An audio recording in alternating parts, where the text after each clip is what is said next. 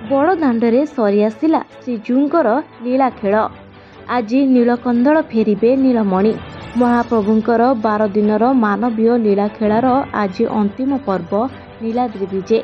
रथ उपरु रत्न सिंहासन को विजे करिबे महाप्रभु। रथ रूढ़ चतुर्धा मूर्ति गोटे पहंडी रे बड़ देउल को प्रवेश करिबे। रथ उपरे विभिन्न रीतिक्रांति पर चारममाळ बंधा जाई आरंभ हेबो श्रीजीउंकर पहंडी। रथ यात्रा महाप्रभु श्री जगन्नाथ बड़ भाई श्री बलभद्र और भौणी देवी सुभद्रा को सांगरे नहीं जन्मवेदी को यात्रा करिबे। सांगरे माँ लक्ष्मी सान्ताणी को नहीं नथिले एथिपाई से अभिमान करिसंती। नीलाद्रि विजय नीति अवसर रे आज रसगोला दे माँ लक्ष्मीकर मानभंजन करिबे ब्रह्मांड ठाकुर।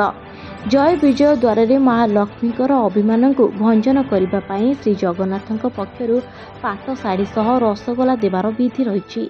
यह परे महाप्रभु बड़ देउल को प्रवेश करिथांती। श्रीजीउंकर पतित पावन यात्रार शेष दिन को नीलाद्रि विजय कहुए।